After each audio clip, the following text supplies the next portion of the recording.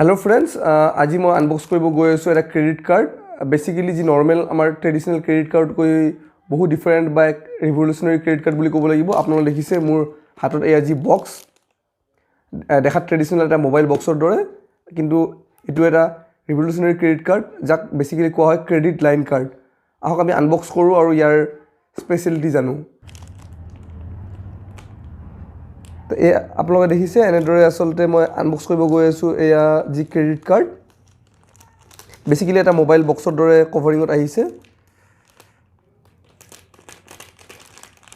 আৰু এনেদৰে আসলতে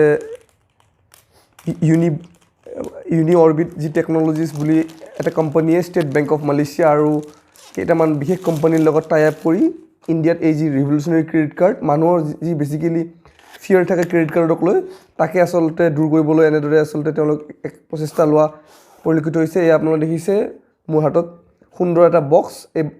বক্সৰ ওপৰতে এনেদৰে ইউনিৰ ব্ৰ্যান্ডিং আছে আৰু স্পষ্ট কৈ লিখা আছে আনলাইক আদাৰ কাৰ্ডছ আৰু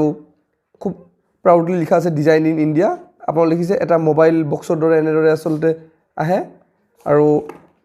ফাৰ্ষ্টতে আপোনালোকে বক্সটো খোলাৰ লগে লগে দেখিছে সে hello to your uni card flip over for details আৰু এনেদৰে ইয়াতে তেওঁলোকৰ যি কোম্পানীৰ মেইল বা এসিস্টেন্স নাম্বাৰ এনেদৰে লিখা আছে আমি সাইডত থৈ দিছো আৰু আপোনালোকে দেখিছে খুব সুন্দৰভাৱে মোৰ নাম ইমপ্ৰিন্ট কৰা আছে এয়া হৈছে আসলতে ইউনি কোম্পানীৰ ফালৰ পৰা যি তেওঁলোকৰ ক্ৰেডিট লাইন কাৰ্ড আৰু এটো আপোনালোকে দেখিছে ভিডিঅ'ত যেনেদৰে SBM লিখা আছে আসলতে এটো হল ষ্টেট বেংক অফ মালয়েছিয়া বেংকৰ লগত টাই আপ কৰি তেওঁলোকে ইণ্ডিয়াত ইন্ট্ৰোডিউস কৰিছে আৰু খুব এক গুৰুত্বপূৰ্ণ কথাটো হল যে আমাৰ যি basically state bank of India বা যিকোনো গভৰ্নমেণ্ট বা প্ৰাইভেট সেক্টৰৰ বেংকে যেনেদৰে আসলতে নাম্বাৰটো ওপৰতে ইমপ্ৰিন্ট হৈ থাকে ইয়াতে কিন্তু আপোনালোকে দেখিছে নাম্বাৰটো কাৰ্ডৰ পিছপিনে ইমপ্ৰিন্ট কৰা আছে যাতে ইউজাৰৰ প্ৰাইভেচিটো প্ৰটেক্ট কৰিছে আৰু আপোনালোকে দেখিছে এনেদৰে আসলতে আমি যদি বক্সটো খুলো তাতে আমি দেখিম আৰু কি আছে খুব সুন্দৰকৈ এটা চকলেট আছে টবলেৰনো বুলি সুইজাৰলেণ্ডৰ এটা চকলেট দিছে আৰু এনেদৰে আসলতে ইয়াতে এটা টেগ দিছে বেক টেগ বুলি কোৱা হৈছে আমি চাও ইয়াতো মোৰ এনেদৰে নাম লিখা আছে কেতিয়াবা যদি আমি এয়াৰপোৰ্ট বা ৰেলৱে ষ্টেচনত স্পেসিফিক্যালি এয়াৰপোৰ্টত আমাৰ যেতিয়া বেগবোৰ বা লাগেজবোৰত আমি এনেদৰে নিজৰ নাম থকা এটা টেগটো লগাই থব পাৰো ইউনিয়ে তেওঁলোকৰ প্ৰমোশনাল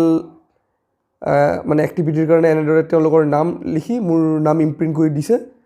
এটো এক ইউজফুল প্ৰডাক্ট আৰু লগতে আৰু কি দিছে তেওঁলোকে আমি চাও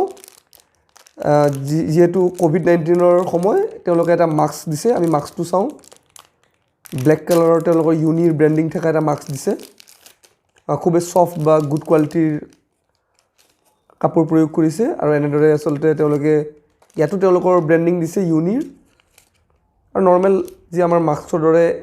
মাস্ক বেসিক্যালি আপোনালোকে যি দেখিছে মোৰ ক্যামেৰা স্ক্ৰিনত যি ইউনিৰ কাৰ্ড এই কাৰ্ডৰ কি বিশেষত্ব বা ট্ৰেডিশনাল যি ক্ৰেডিট কাৰ্ড তাতকৈ কেনেদৰে এটো ডিফাৰেন্ট মই আপোনালোকক কিছু বুজাবলৈ চেষ্টা কৰো মোৰ আগতো যদিও ক্ৰেডিট কাৰ্ড আছে HDFC ৰ ক্ৰেডিট কাৰ্ড আছে মোৰ সেন্ট্ৰেল বেংকৰ ক্ৰেডিট কাৰ্ড আছে সেই ক্ৰেডিট কাৰ্ডকৈ এটো অকমান ডিফাৰেন্ট কি ধৰণে যেনেদৰে আপোনালোকে সকলোৱে জানে যে ক্ৰেডিট কাৰ্ডৰ এটা সাইকেল থাকে পে সাইকেল 45 ডেজ বা 50 ডেজৰ ভিতৰত আমি পে কৰিব লাগে আমাৰ যি ক্ৰেডিট ডিউ থাকে কিন্তু এই যি ইউনি ক্ৰেডিট কাৰ্ড এওঁলোকৰ যি ৰিভলিউশনাৰী ফিচাৰ হল 1/3 কাৰ্ড বুলি কোৱা হয় কিয় 1/3 কাৰ্ড বুলি কোৱা হয় কাৰণ আমি যি শপিং কৰো এই কাৰ্ডৰ জৰিয়তে সেই শপিংৰ যি আমাৰ এমাউন্ট হয় এমাউন্টটো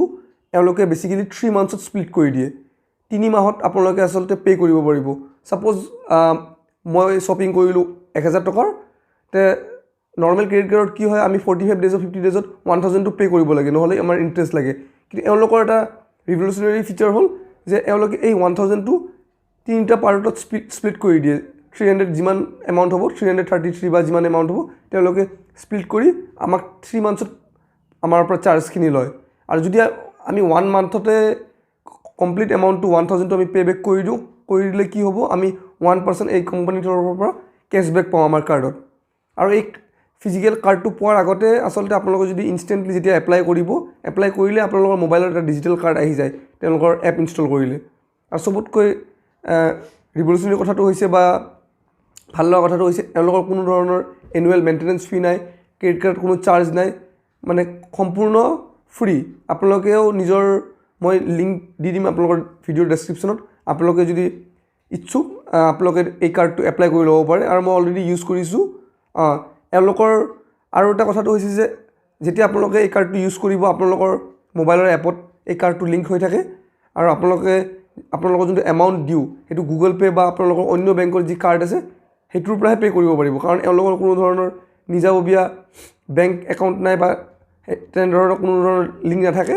আপোনালোকে যোনটো এমাউণ্ট দিও থাকিব আপোনাৰ নিজৰ গুগল পে' বা অন্য বেংকৰ কাৰ্ডেদি আপোনালোকে পে' কৰিব পাৰিব। আপোনালোকে যদি 1 মান্থত পে' কৰে আপোনালোকে 1% কেছবেক পাব আপোনালোকৰ এমাউণ্টটোৰ ওপৰত, আৰু নহ'লে আপোনালোকৰ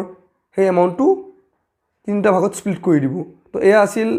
ইউনি যি ৰিভলিউচনাৰী ক্ৰেডিট লাইন কাৰ্ড।